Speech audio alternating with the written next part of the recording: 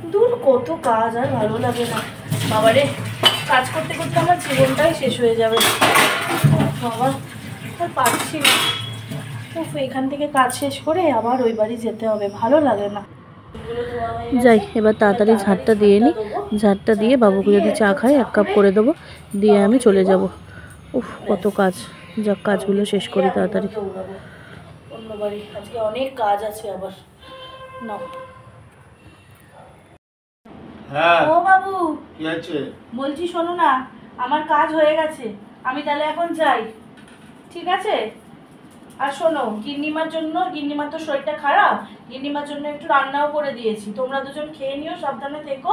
আমি তো মেয়েটাকে রেখে এসেছি না, আবার দুবারই কাজ করে আমার মেয়েটাকে একটু খেতে দেবো। আমি আসি তাহলে, হ্যাঁ আমি এখন আসছি তাহলে, তোমরা সাবধানে থেকো। আসছি মানে?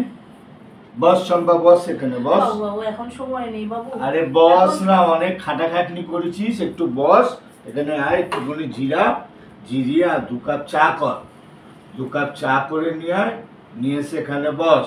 সত্যি বাবু তুমি আর পাল্টালে না, বস।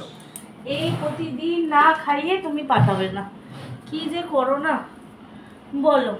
2 কাপ চা কর, করে একটু মুড়ি দিয়ে চা করে দুজনে মিলে খাও, বুঝতে পেরেছিস?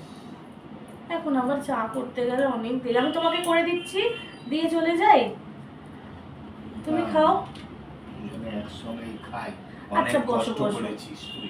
আচ্ছা বসো, তাহলে চাটা নিয়ে আসি। এই নাও বাবু, চাটা এনেছি, ধরো। ধরো। ডায়েরিটা রাখি। রাখো, নাও চাটা নাও। আর এই দেখো আমি মুড়ি এনেছি, তুমি তো খাবে না, আর আমাকে তোমার না খাওয়ালেও হবে না। এই এখন খেয়ে দে, আবার তারপরে আমাকে যাওয়াবে তুমি। নাও চাটা এবার খাও। আরে আমি কি আমার খাওয়ার জন্য বলি? আমি জানি তো। তাহলে আমি তোর খাওয়ার জন্যই, দুটো খাওয়ার জন্যই বলি, নে খা, খেতে থাক। আর তোমরা আছো বলেই তো আছি, আমি কি আর জানি না? সেই ছোটবেলাতে তো এনেছো, আজকে তোমাদের জন্যই তো সব। আবার সেই পুরনো কথা তুলিস। না বাবু, তোমরাই তো আমার সব, বলো। আজকে যদি তোমরা না থাকতে আমি কি আর থাকতাম? আজকে তুমি বলো, আমাকে মানুষ করলে, বিয়ে দিলে, এখনো পর্যন্ত আমাদের দেখো। ওসব ভুলে যা, আমি পুরনো কথা তুলিস না, আমার কর্তব্য পালন করেছি আমি। না বাবু, তোমরাই আমার সব, তোমাদের জন্যই তো আজকে সব কিছু, বলো। কিচ্ছু না, কোনো কর্তব্যই করিনি, ওটা আমার কর্ম ছিল। খা, বললাম আমাদেরকে দেখিস একটু, তুই 3 তাড়াতাড়ি বিয়ে করে নিয়ে ভালো পড়াশোনা করে একটু চাকরি বাকরি করবি, কোথায় শেষে আমার বুড়ো বুড়িটাকে দেখবি, তা না করে 3 তাড়াতাড়ি বিয়ে করে নিবি। তুমি কি বললে? চাকরি বাকরি? শোনো শোনো, তাহলে একটা কথা বলি, তুমি শুনেছো, তুমি আরজি করের কেসটা দেখোনি? ওই আরজি করে ঘটনা, ওটার কাজ জানতে বাকি আছে বলতো, সারা ওয়ার্ল্ড জেনে গেছে আরজি করে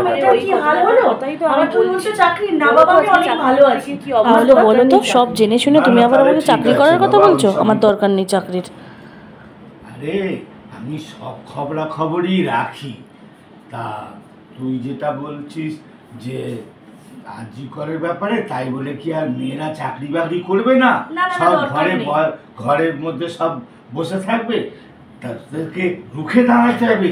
রুখে দাঁড়ানোর জন্য আজকে একটা মেয়ের জীবন চলে গেল, কি নৃশংসভাবে ওকে মারলো, তুমি দেখলে? তার জন্য প্রতিবাদ করতে হবে, রুখে দাঁড়াতে হবে। প্রতিবাদ তো অবশ্যই করব, কিন্তু আজকে এই প্রতিবাদের জন্য একটা মেয়ের জীবন চলে গেল, এটা কি ঠিক করলো সবাই? আমি চাই ওই যারা যারা এই অন্যায়টা করেছে না মেয়েটার সাথে, তাদের সবার কঠিন থেকে কঠিনতম শাস্তি হোক, তারা যেন কেউ না বাদ যায়। আজকে মেয়েটার প্রাণ তো গেছি, তার সাথে তার বাবা মা, বাড়ির লোকের কি অবস্থা, একটা মেয়ের তরতাজা জীবনটা চলে গেল। তারপরেও তুমি আবার চাকরির কথা বলছো? রইলো তোমার চাকরি, আমার দরকার নেই। আরে না মা, তুই ভুল করছিস একটা জিনিস।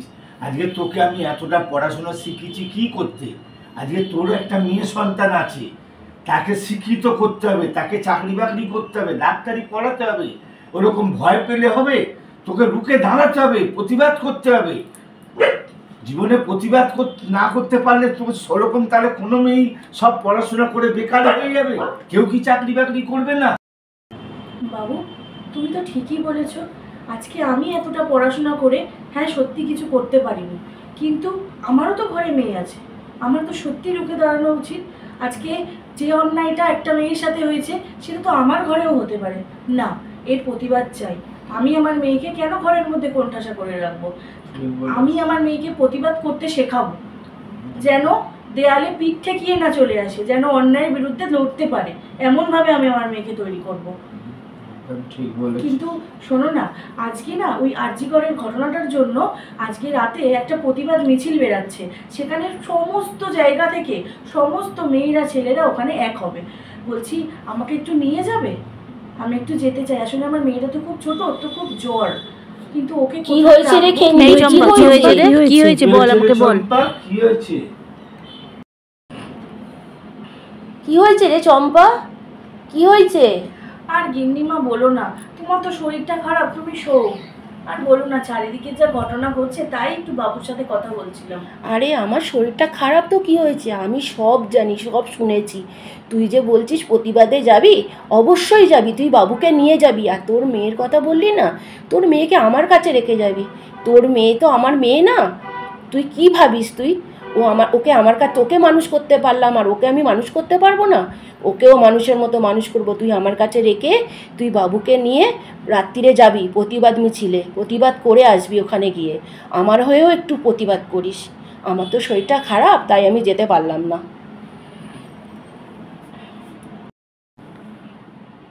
বাবু তাহলে গিন্নিমা তো বলেছে মেয়েকে রাখবে, তাহলে তো আমার কোনো চিন্তা নেই। আমার বড় তো ওদিক থেকে কাজ থেকে, ওর তো একটু আসতে দেরি হবে, ও তো বলেছে ওদিক দিয়ে চলে যাবে। তাহলে আমি তোমার সাথেই চলে যাব, গিয়ে প্রতিবাদটা করতেই হবে। আজকে যে অন্যায় হয়েছে সেই অন্যায় আমরা মানছি না, মানবো না।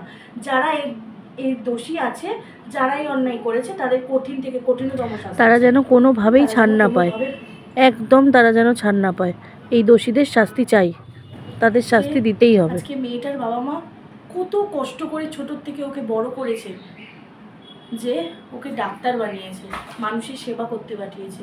সেই মানুষের সেবা করতে গিয়ে আজকে ওকে নিজের প্রাণটাই চলে যেতে হলো। হ্যাঁ, এত বড় অন্যায় করতে পারলো, এত বড় অন্যায়, একটা মেয়ের প্রাণ নিয়ে নিল। কি দোষ ছিল ওর? আজকে রোগী সেবা করতে এসে সেই নিজের প্রাণটা দিয়ে চলে গেল। তবে চম্পা যাই বলিস, মেয়েটাকে কিন্তু কঠিন, মেয়েটার যে অপরাধ করেছে মেয়েটার উপরে যারা, তাদেরকে কিন্তু কঠিনতম শাস্তি দেওয়া উচিত।